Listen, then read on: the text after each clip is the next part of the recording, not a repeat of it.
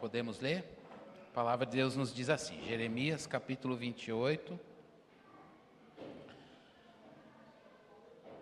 No mesmo ano, no princípio do reinado de Zedequias, rei de Judá, isto é, no 5º mês do 4º ano, Ananias, filho de Azur e profeta da cidade de Gibeão, falou comigo na casa do Senhor, na presença dos sacerdotes e de todo o povo. Ele me disse: assim diz o Senhor dos exércitos, o Deus de Israel: quebrei o jugo do rei da Babilônia.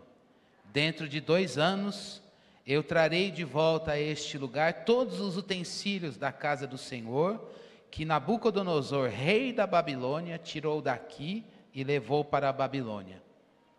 Eu também trarei de volta a este lugar Jeconias, filho de Jeoaquim, rei de Judá, e todos os exilados de Judá que foram para a Babilônia, diz o Senhor, porque quebrei o jugo do rei da Babilônia.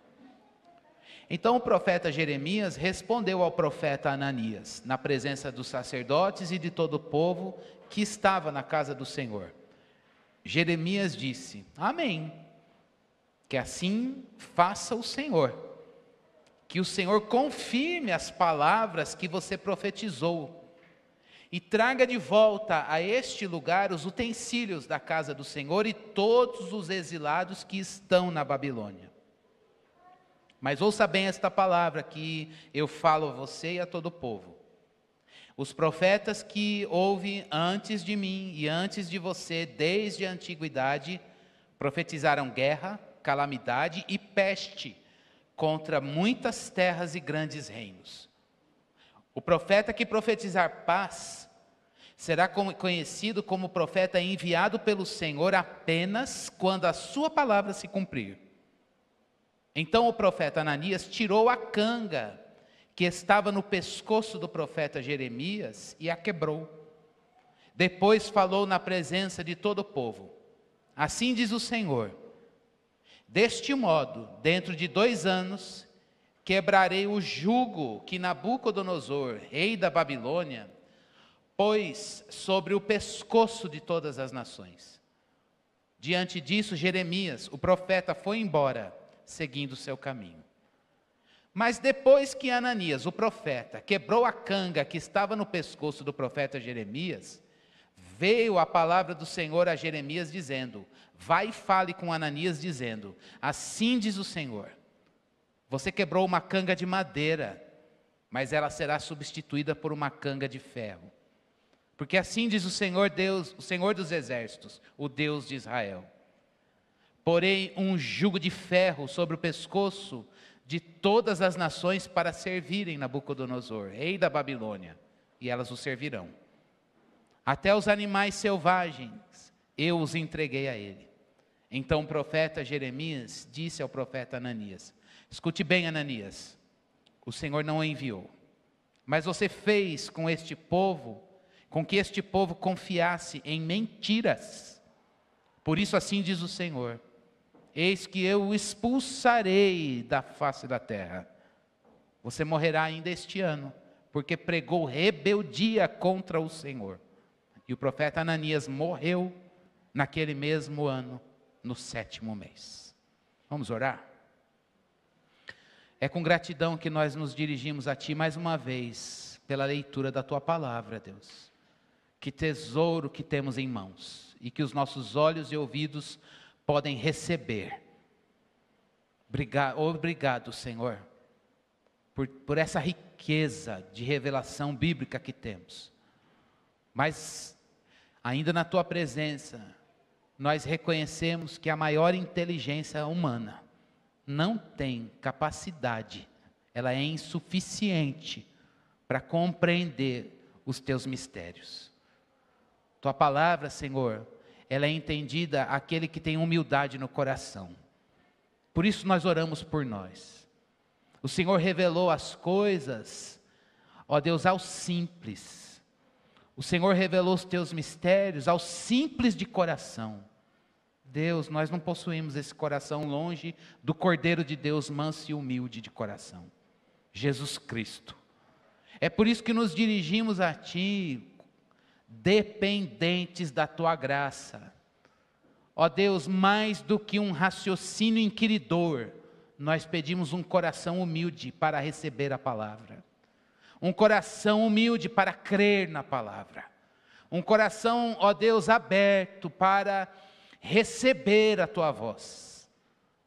Trabalhe a nossa escuta, temos pedido semanalmente. E oramos pelo nosso coração. E que a nossa mente seja formada, ó Deus, por esta palavra, pela lógica do Teu reino, pelos valores do Evangelho, por uma mente, Senhor Deus, pautada na eternidade.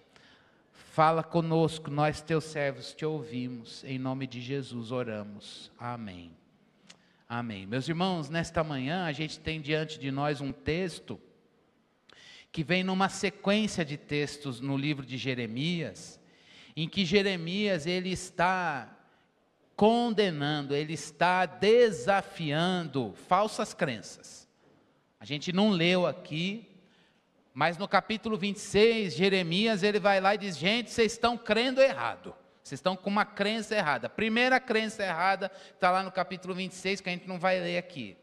Olha, vocês acham que o fato de vocês terem um templo de Jerusalém, que inaugurado por Salomão, com a presença de Deus ali governando, isso vai trazer uma imunidade. Deus traz para vocês uma aprovação aí em Judá. Jeremias fala, não senhores, o fato de vocês terem templo, mas se o coração de vocês não estiver entregue ao relacionamento com Deus, isso não traz proteção nenhuma a vocês, nem aprovação. Outra coisa que eles estavam crendo errado, que está lá no capítulo 27, eles acreditam assim, a Babilônia, esse exército mundial, não vai dominar a gente, não vai conquistar Judá, que tem o lugar da região de Jerusalém com o templo. Jeremias diz, vai sim, porque Deus está vindo com juízo. E agora no capítulo 8, eles também estavam com uma crença errada, e instigada por um profeta chamado Ananias, e a crença deles qual era? Olha, o poder da Babilônia vai acabar em breve. E Deus, na boca de Jeremias, está dizendo, não vai não. Vocês vão para lá e vão viver lá. No próximo capítulo 29, Deus manda uma carta, o profeta escreve uma carta para o pessoal que está na Babilônia, dizendo assim, trabalhem na Babilônia pela prosperidade desse lugar, porque vocês vão viver aí. Esse profeta Ananias, ele tem algumas atitudes que a gente precisa ficar alerta, que servem para mim e para você neste dia. Existia no contexto do Antigo Testamento, uma coisa muito importante para a gente entender essa cena aqui. A gente chama isso na teologia de profecia de representação. Deus é sábio, né? Ainda bem que Ele coloca a gente na geração correta. Imagine você ser um profeta nos dias do Antigo Testamento e Deus mandar você representar a mensagem. Representar no sentido de você vai encenar. No capítulo 27, Deus chega para Jeremias e fala, Jeremias, pega madeira, uns outros utensílios, aí uns ferros, e faz uma canga. Sabe o que é canga? Canga é aquele negócio, o jugo que você coloca no animal, no boi, por exemplo, para ele arar o solo. Ele não consegue virar nem para cá e nem para cá, para o solo vai sendo arado em linha reta, para depois você jogar semente, e jogar e fazer o plantio, e depois vir a colheita. Então, a colheita depende de uma semeadura correta, e para isso você precisa ter a canga sobre um animal, para que ele não saia, ele fica no jugo, preso ali, para que ele possa pautar o caminho certinho, para receber a semente. Então o jugo era usado na agricultura, mas ele passou a ser usado simbolicamente como uma ideia de peso, prisão. O que Deus mandou Jeremias fazer? Faz um jugo aí e põe sobre você. E fica aí com isso, com esse cenário, e vai encenando isso simbolicamente, porque assim como um animal recebe o jugo e fica preso nele, a Babilônia está vindo e o povo vai ficar preso lá. É uma profecia encenada simbolicamente de juízo sobre o povo de Deus. E no capítulo 27, a gente vê isso. Eu só vou dar uma lidinha para você ver como é que Deus fez isso com o profeta. Versículo 2 do capítulo 27. Faça cangas com tira de couro e canzis e coloque-as no seu pescoço.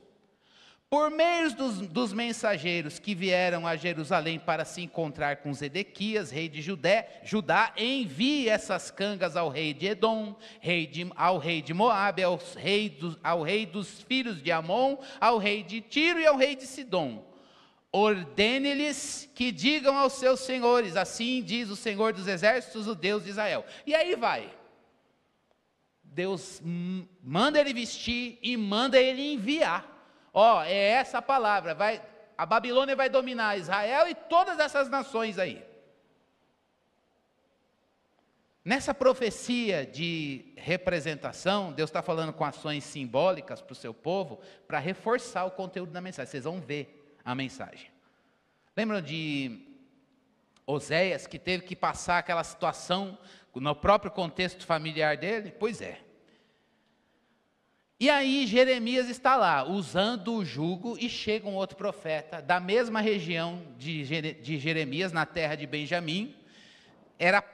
Ele se considera um par de Jeremias, na mesma autoridade, usando a mesma linguagem de autoridade de um profeta. Assim diz o Senhor, Deus dos exércitos, o Senhor dos exércitos, o Deus de Israel. Olha a ousadia dele. Ele chega para o povo e diz: assim diz o Senhor, vou quebrar o jugo da Babilônia.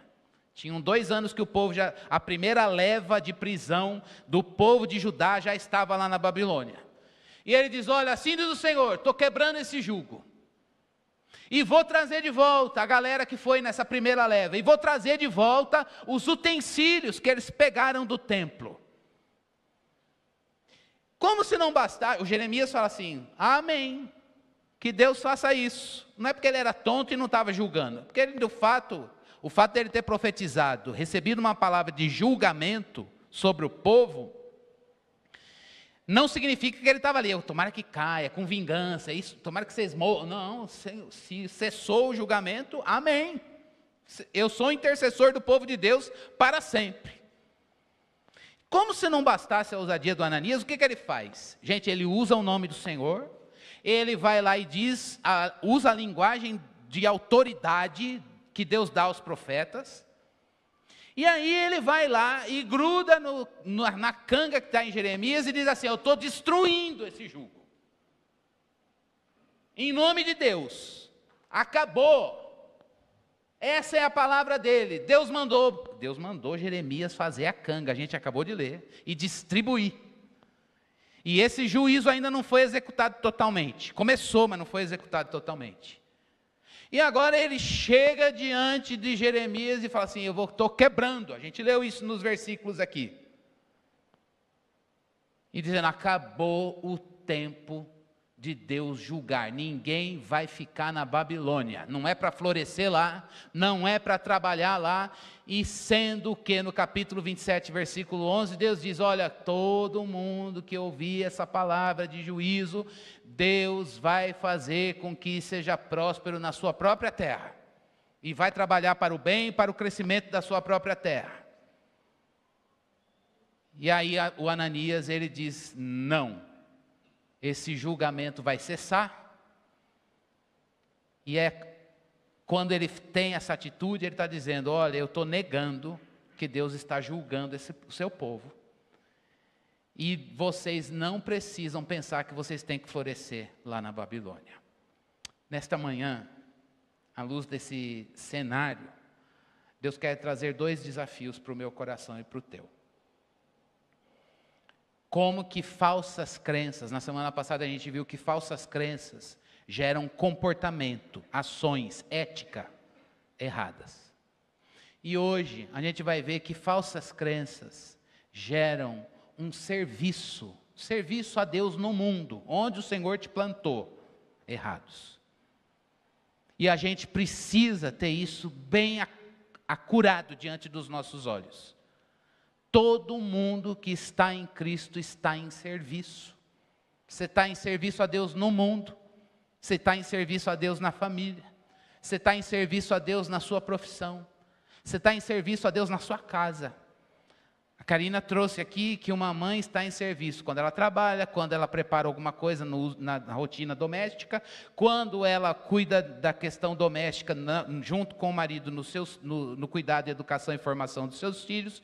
Você está em serviço a Deus quando você está estudando, nós estamos em serviço a Deus quando a gente paga imposto, a gente está em serviço a Deus quando a gente busca obedecer às leis do nosso país, quando a gente serve a Deus na igreja. E o diabo não quer que a gente seja uma comunidade de serviço. A gente serve a Deus quando a gente lida com as injustiças das estruturas sociais. A gente serve a Deus em todas essas dinâmicas. Mas não basta fazer, irmãos, tem que fazer a coisa certa, com o motivo certo, com o coração certo e com os princípios da palavra. E Deus, no contexto da profecia que Deus tinha dado a Jeremias, põe a canga porque o povo vai para a Babilônia. Eu vou usar Nabucodonosor, meu instrumento, porque eu estou julgando meu povo. Pecado pede julgamento e Deus precisa julgar porque Ele é santo, a gente cantou hoje no louvor. E o Ananias está dizendo, para com isso, não precisa julgar nada e nem tratar, vamos ser felizes e vamos servir com felicidade. E não estou dizendo que servir a Deus é um fardo duro e infeliz, muito pelo contrário. Então, à luz disso, eu queria que você pensasse onde Deus te colocou para servir, no mundo. E às vezes nós estamos em múltiplos lugares, em casa, na igreja, no trabalho, na profissão, servindo a pessoas, na família, as atividades domésticas. E quando as lutas elas se levantam, com certeza a gente recebe propostas de falsas crenças para que a gente se desvie do plano de Deus. Com base nisso, para que a gente possa assim ter uma razão santa, entre aspas, e dizer, Deus me autoriza a pegar esse atalho para que eu não precise passar por isso que faz parte do plano dele. Se você está aqui dizendo, Deus, está difícil continuar, a mensagem de Deus para mim e para você é, nessa dinâmica do serviço, floresça onde o Senhor te plantou. Eu queria que você guardasse essa tese no seu coração. Levante-se o inferno, que venham, como o texto que a gente leu na abertura deste culto. Se você está lidando com pressões, tribulações, provas, em tudo nós somos atribulados, mas nós não estamos sozinhos nem desamparados, a gente pode lidar com a perplexidade da luta. Se Deus te plantou nessa comunidade de serviço em várias frentes, e é a vontade e o tempo dele, você tem plena certeza disso, floresça. Busque de Deus vitalidade, para que o seu serviço seja um serviço que honra a Deus, que está em conformidade com a palavra, e que abençoa a quem Deus quer alcançar através do seu serviço. Que não seja um serviço meramente mecânico ou religioso, ou hipócrita e farisaico. Ou um serviço feito com murmuração, pode até ser bem feito, mas não brota das entranhas. É muito triste isso. Se quem recebe os nossos serviços, recebe com peso, porque sabe que aquilo não foi feito com adoração, aquilo não foi feito com vigor espiritual, aquilo não foi feito com a graça da palavra ardendo no nosso coração. Então Deus vem a mim, a você hoje, perguntar como a gente serve, por que a gente serve, e por que a gente quer talvez, de que maneira eu posso ser tentado a pegar atalhos que talvez sejam caminhos de facilidades que me livrem da cruz, ou do plano de Deus, para que eu possa me proteger nesse caminho do sofrimento. Essa foi a proposta de Ananias. Gente, para com isso, o plano de Deus, encarar julgamento, encarar esse tempo aí, esses planos de Deus, que Deus está falando isso, para com isso, vamos agir. Vamos agir, a gente não precisa, a gente pode continuar fazendo coisas com falsas crenças. Mas Deus vem para Jeremias dizendo, não. Assim diz o Senhor dos exércitos, o Deus de Israel. Ananias quebrou o jugo de madeira, mas eu estou mandando um jugo de ferro, e esse ele não despedaça. E mais, quem segue falsas crenças, se distancia de Deus e morre. Eu não estou dizendo que essa é predição de morte física, mas que o distanciamento da vontade do Senhor revelada na palavra é morte para a gente no nosso relacionamento com Ele. Que Deus nos livre disso. E que nessa manhã a gente receba vigor e graça para continuar onde o Senhor nos plantou, sempre abundantes na obra do Senhor, sabendo que nele o nosso trabalho não é vão. Mas o trabalho na vontade de Deus tem desafios e provas, irmãos. Tem desafios e provas. Ontem eu estava conversando com os irmãos e relatando que eu fiz a leitura de Josué, estava lendo Josué 14, quando Deus deu a terra prometida para o povo. E depois você vai ler lá, porque a minha mente não guardou. Mas lá, uma determinada tribo fala assim, Deus deu a terra por herança. Aí chega na hora do serviço de posse, que era sob o poder de Deus, uma tribo fala assim, a gente está com preguiça. Libertou do Egito, guiou no deserto com milagre, tomaram posse da terra que foi dada de graça. Deus eu fiquei lembrando de Gideão, Deus manda enfrentar a Midianita com cântaro e tocha. Gente, pelo amor de Deus, como é que você vai enfrentar um exército com cântaro e tocha? O que vai fazer na hora? Estoura o cântaro e deixa a tocha, e o povo, os soldados cheios de armamento, pum, vamos embora, o que é isso? E é assim que Deus venceu a batalha. E agora chega uma tribo lá, bom, toma posse, tem inimigo aí, tudo bem gente, eu não mandei pisa a planta do pé que ele vai tirar, a gente está com preguiça. Irmãos, a gente lê isso, eu fiquei indignado, mas eu não sou igual. Como está a nossa vida de serviço? É rotina, mas o extraordinário, a gente já sabe que você virou até nome de livro, o extraordinário pode fazer parte do ordinário. E que hoje a gente receba a graça de Deus para dizer, Senhor, eu não vou me desviar por atalhos do teu plano, eu quero encarar o que o Senhor tem, mas não sem o teu poder e sem a tua graça. Que o Espírito de Deus traga sentido de propósito para tudo que você faz debaixo da vontade dEle. E que Deus seja o motivo primeiro e a razão última da gente lavar a louça, trocar a fralda do filho, jogar o lixo na lixeira, assinar documentos no trabalho, não sei quais são as dinâmicas e atividades que você exerce, mas você tenha em Deus, eu tenha em Deus, e na palavra dEle, isso encerre o nosso coração, dizendo, Deus, eu faço para o Senhor, no poder do Teu Espírito, e eu quero que tudo isso glorifique Jesus, e alcance quem o Senhor quer alcançar, com salvação, com edificação, com consolo, seja o que o Senhor quer fazer, os resultados pertencem a Ti. Ainda que seja num contexto de julgamento, como era o propósito de Deus aqui. Mas duas lições. A falsa crença, irmãos, em primeiro lugar, ela afronta a palavra. Ela afronta a palavra. Deus disse, eu pus o jugo, e o povo vai para a Babilônia. Lógico que essa não é a palavra final. Deus já tem o plano, disso vai vir Redentor, vou trazer de volta, a minha história continua, e vai vir Jesus, o renovo. A gente viu na semana passada. E aí chega um outro com a mesma fórmula. Assim diz o Senhor dos Exércitos, o Deus de Israel. Quebrei o jugo da Babilônia e os trarei de volta. É muita ousadia da falsa crença. Se equiparar a palavra de Deus e dizer, ela está errada. E qual é o conteúdo dessa profecia de Ananias? Versículo 8 e versículo 9. Paz. Paz. Vamos ler de novo. Os profetas que houve antes de mim, antes de você desde a antiguidade, profetizaram guerra, calamidade e peste contra as muitas terras e grandes reinos. Isso aqui é juízo.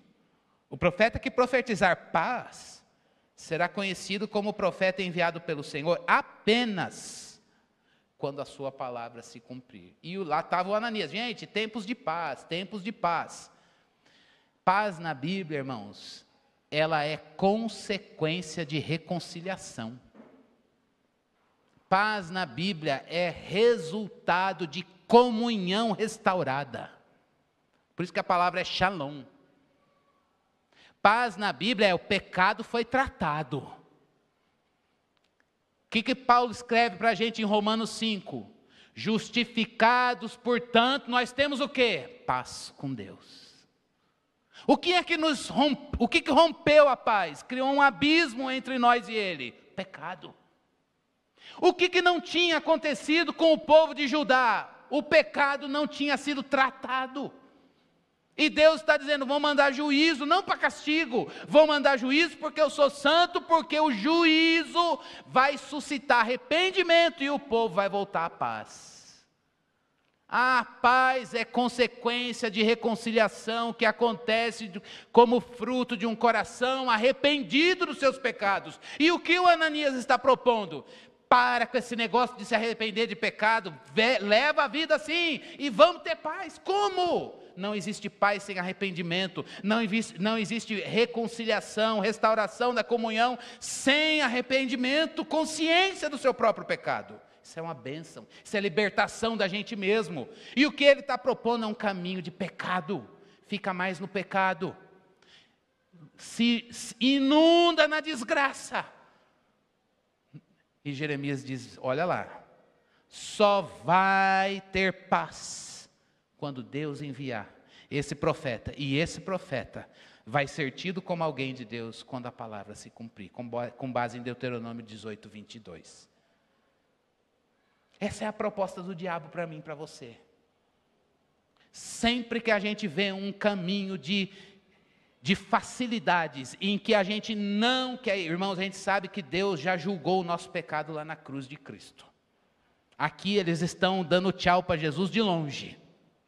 A gente já olha a coisa toda realizada.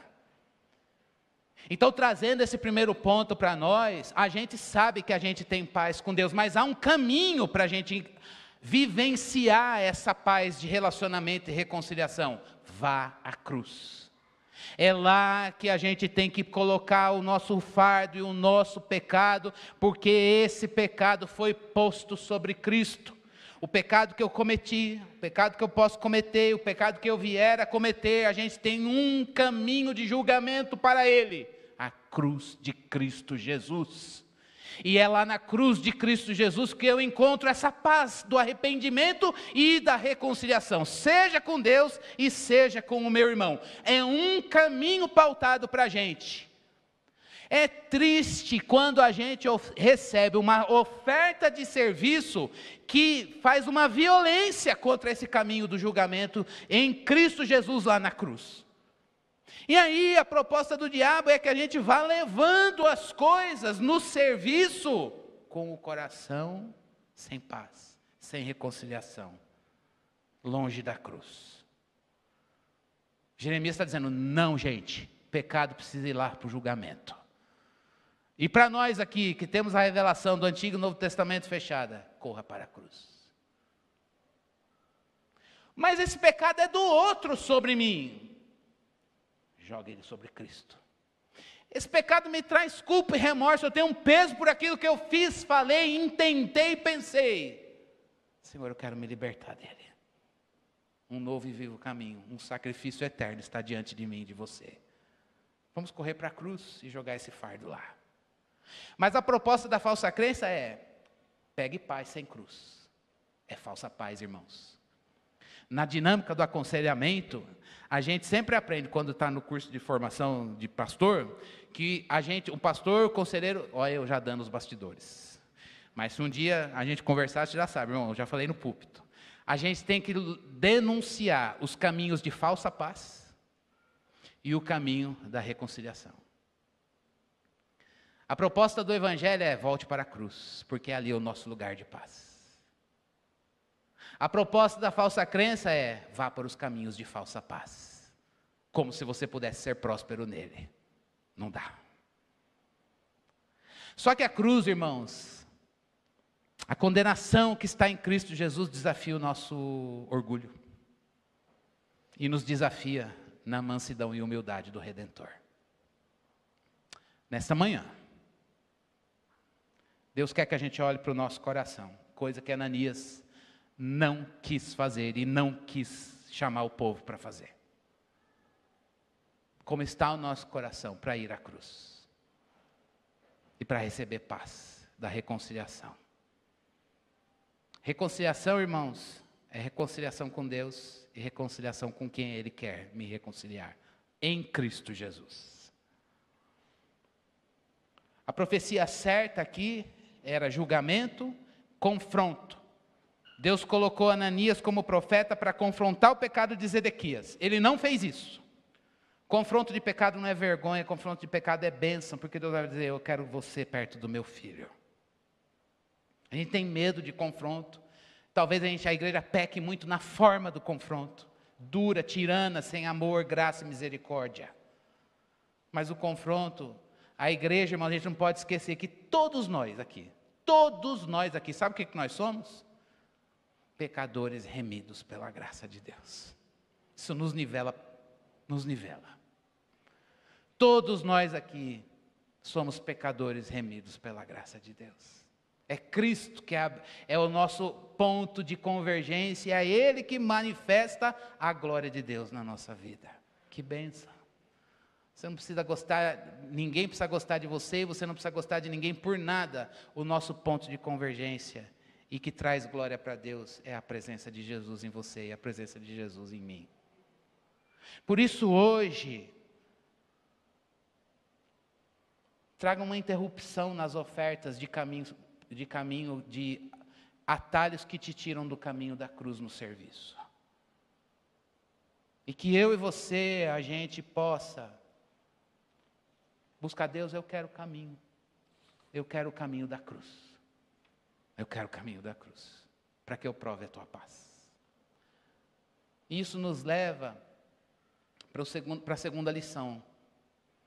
É que a falsa crença sempre quer trazer, consequentemente, a interrupção do serviço. E a palavra de Deus para mim e para você é, como era para o povo: vá para a Babilônia e floresça lá.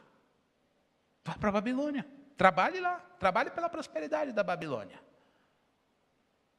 E nessa leva, não nessa primeira, mas em outra leva, a gente tem um registro de um outro profeta que vai para a Babilônia e trabalha pela prosperidade da Babilônia, Daniel e seus amigos. A palavra de Deus garante a mim e a você a identidade em Deus para que o nosso serviço seja santo na Babilônia. Talvez você esteja em lugares que o Senhor te colocou. Quem está no mundo, nós estamos no mundo, há um senso de desajuste. A gente nasceu do alto, da eternidade, com os valores do Evangelho. Estamos num mundo que jaz no maligno. Pronto. A gente olha, interage e diz: mas esse aqui não é o meu lar. Aí a gente tem dois caminhos. Às vezes a gente corre o risco de se mundanizar, ou o caminho de se alienar. Seria bom, às vezes, viver na consagração, uma vida monástica, mas nós estamos aqui, a gente precisa interagir. Como Paulo disse para a igreja de Éfeso: vocês são santos em Cristo, vocês são santos em Éfeso e pessoas que estão em Cristo Jesus. É esse equilíbrio. Eu estou em Cristo, mas vivo em Éfeso, como um santo, como Daniel lá na Babilônia, mas eu não sou de lá. E a Babilônia, ela tem um programa. Vou mudar teu nome, mexer na tua identidade. Eu vou pegar aquilo que te dava familiaridade no culto e serviço em adoração, que são os utensílios do templo. Vou trazer para cá, mas vou colocar com uma outra configuração. Você vai olhar e vai achar que você está servindo a Deus de uma maneira diferente. E ainda vou oferecer uma dieta diferente para você. Nada contra, mas um vinho espumante do rei. Você vai participar desse banquete. Novamente, não tem problema nenhum com isso. Mexe no uso dos elementos da adoração com outras razões e finalidades. propõe uma mudança da identidade mexendo no nome, e traz uma dieta que não era a dieta que o povo estava acostumado. Mas lá estavam muita gente, mas pelo menos 4 pessoas, que estavam vivendo naquele lugar, regidos pela voz de Deus. A palavra garantiu a eles a identidade. Garantiu a eles a identidade em Deus, no propósito dele, em quem Deus os fez ser no plano redentor. Por isso, não abra mão da palavra. É a palavra que nos torna testemunhas vivas, no poder do Espírito, que nos torna testemunhas vivas, onde o Senhor nos plantou. Floresça onde o Senhor plantou você. Talvez você diga, mas é porque você não vive na Babilônia que eu vivo. Todos nós estamos em terra estranha, irmãos. Tenhamos a coragem de deixar o Evangelho e creiamos que o Evangelho é o poder de Deus para a salvação e não vamos abrir mão, mas também não vamos fazer de bandeiras deste mundo a cara do Evangelho. O Evangelho de Cristo Jesus é uma revelação divina e a gente não precisa das instâncias daqui para deixar o Evangelho relevante. Pregue a palavra é suficiente. E ela dá conta de você, de preservar a tua vida em chamas para Deus, ainda que numa Babilônia. E aí que a gente saiba, olha, a palavra ela nos dá graça para dizer, neste ponto eu não vou participar. Me dói o coração quando às vezes eu digo isso pela minha própria experiência de erro, quando a gente não consegue discernir, que a gente está no mundo e não consegue discernir, este ponto aqui da cultura é não. Aqui eu vou ter que negociar valores, e não dá. Daniel não estava vivendo de uma maneira alienada lá na Babilônia, ele estava discernindo, por causa da santidade de Deus na vida dele, o ponto certo de dizer, não, aqui é não. Aqui é não. Na hora de exercer o dom de interpretar o sonho, na hora de dizer, não vou participar deste ponto no banquete,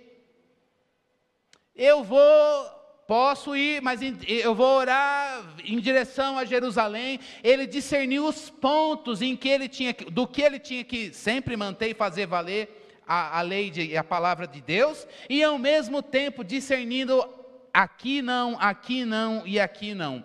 Hoje, a gente precisa entender que se nós estamos firmados no Evangelho, o Evangelho nos dá, a palavra nos dá discernimento dos pontos em que a gente diz, Deus, eu não vou interromper o serviço na Babilônia por medo. Às vezes a gente pode achar que esse medo travestir ele de uma falsa piedade e dizer, não, lá é uma terra do diabo, eu não vou pisar lá. Se o Senhor te enviou, vá. Mas vai cheio do poder do Espírito com a palavra para discernir os pontos em que você vai dizer, aqui não, aqui não, aqui não. Ah, mas aí eu vou morrer lá na cova dos leões. O Senhor vai junto, vai te livrar. Mas eu vou ter que ser lançado na fornalha. Ele entra junto. É por amor a Ele que a gente vai pagar as consequências de dizer não para isso e sim para o que Ele diz. Mas a gente tem que saber servir a Deus neste mundo. Por isso, irmãos, floresça onde o Senhor te plantou. Mas saiba discernir as propostas de falsa crença que querem te tirar do caminho da cruz para te dar uma falsa paz sem reconciliação e abortando a vida de comunhão com Deus e com quem é dele. E se você está aqui e a comunhão foi perdida, não há abismo que a mão graciosa de Deus não possa te resgatar. Não há abismo que a mão graciosa de Deus não possa resgatar a nossa vida de comunhão com Ele. E eu quero terminar essa nossa meditação da palavra de Deus, fazendo esse chamado para mim, para você. Deus, eu quero florescer onde o Senhor me plantou. Eu não quero te pedir uma coisa nova quando o Senhor me deu aquilo que o Senhor me deu. Eu sempre digo isso, às vezes, irmãos, a gente ora tanto pedindo uma bênção de Deus, e depois Deus dá, a gente se alegra. Depois daquela bênção, às vezes vai se manifestando, tudo tem lutas e desafios. A gente fala, eu quis tanto, Deus deu, era plano dele, mas agora está tanta luta. Deus, dá para o Senhor levar embora? Não. Deus, me renova para continuar. Me revigora. Me revigora. Essa é uma porta que o Senhor abriu. Eu quero colocar em termos bem devocionais. Deus te colocou numa empresa, mas lá tem um instrumento de Satanás. É assim mesmo, irmão. Dobre teu joelho e ora. Senhor, me dá força, essa fúria. Senhor, trama minha vida na mão dos homens. Senhor, usa isso para forjar Jesus em mim. Senhor, mas eu percebo Satanás atuando lá. Dobra o teu joelho, Senhor, repreende as obras de Satanás. Senhor, eu percebo uma opressão em cima de casa, nos meus filhos. Põe a mão, faz uma oração de sacudimento lá no seu filho. Você é instrumento de Deus na vida dele, você é o pastor dele. Cristo está na sua vida, Cristo é o Senhor do teu lar, ore por ele. Repreende no nome de Jesus o mal. O que a gente não pode, irmãos, é achar que a vida de serviço é assim. A gente precisa pedir a Deus discernimento, e o inimigo é sujo, não estou dando poder para ele, mas ele é sujo e intruso. E a gente precisa dizer, aqui não, sabe por quê? Porque Jesus está aqui.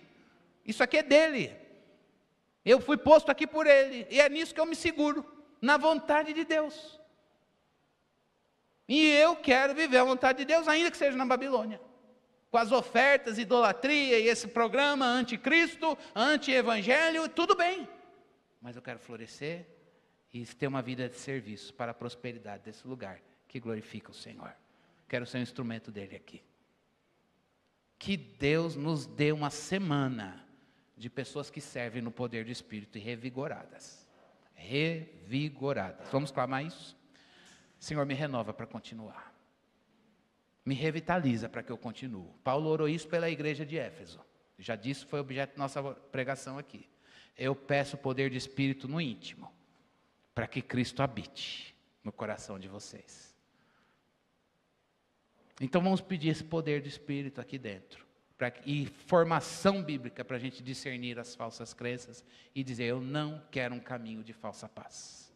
Longe do julgamento do pecado lá na cruz de Cristo. Não quero. Não quero. Isso atrofia a nossa vida de serviço. Isso interrompe a nossa vida de serviço a Deus neste mundo. E aí a gente tem um serviço e a gente não vai querer florescer onde o Senhor nos plantou. A gente sempre vai ficar procurando propostas de falsa paz que nos livrem dos perigos ou da luta que a gente possa estar enfrentando no plano de Deus. Mas o Senhor é poder. Karina diz que quando Deus dá uma missão, Ele dá graça para cumprir, ainda que sejamos fracos. É isso que a gente precisa orar hoje. Eu quero poder para cumprir, poder e graça para cumprir o Teu chamado. Vamos orar. Deus, obrigado pela Tua palavra. Obrigado, Senhor Deus, porque a Tua palavra vem a nós, ó Deus, e a gente percebe claramente como o Senhor quer reformar o nosso coração em Jesus, na Tua palavra, no Evangelho, para que a gente possa ter um serviço com adoração, no poder do Teu Espírito, com graça, com sonhos, com os Teus alvos, e entendendo por que o Senhor nos comissionou para estarmos onde o Senhor nos plantou. Tu és, ó Deus, o nosso vigor. O Senhor é a nossa força. É o Senhor que nos dá vitalidade. Nossa vitalidade não depende dos resultados, das coisas favoráveis. E também as lutas e pressões e coisas desfavoráveis, Senhor Deus, não tem o poder, Senhor Deus, de roubar de nós a consciência do Teu chamado nas nossas vidas. Por isso, Senhor Deus, fortalece os nossos braços, renova as nossas convicções no Evangelho, revitaliza a nossa vida para que a gente continue firmes, constantes, sempre abundantes na obra do Senhor, sabendo que o nosso trabalho, ele é feito em Ti e para Ti. Ó Deus, santifica o nosso coração. Dá-nos discernimento, Senhor Deus, dos atalhos, dos caminhos de facilidades que interrompem, ó Deus, a nossa ida à cruz de Cristo. Ó Deus, que a gente sempre viva lá, aos pés de Cristo, Senhor Deus, depositando os fardos de pecado, porque é ali o lugar do julgamento, e é na reconciliação com o Senhor, é no pecado confrontado e abandonado, na mudança e no arrependimento, que a gente encontra a verdadeira paz. A paz, Senhor Deus, de comunhão contigo e com teu povo, Senhor. comunhão com a tua vontade, com o teu plano revelado nas Escrituras. Venha a nós, Deus, nesta manhã. Senhor, eu peço pelos meus irmãos que estão aqui, onde o Senhor os plantou, Senhor, nos lugares onde o Senhor nos colocou, que haja discernimento das falsas crenças, dos caminhos e ofertas de Satanás de falsa paz, Senhor, e que a gente possa, Senhor Deus, responder de prontidão, discernindo os pontos das ofertas e dizendo: aqui não, ali não, e negociar, ó Deus, não negociar, Senhor Deus, as coisas da eternidade, e sermos prontos, Senhor Deus, na defesa e manutenção do Evangelho na vida.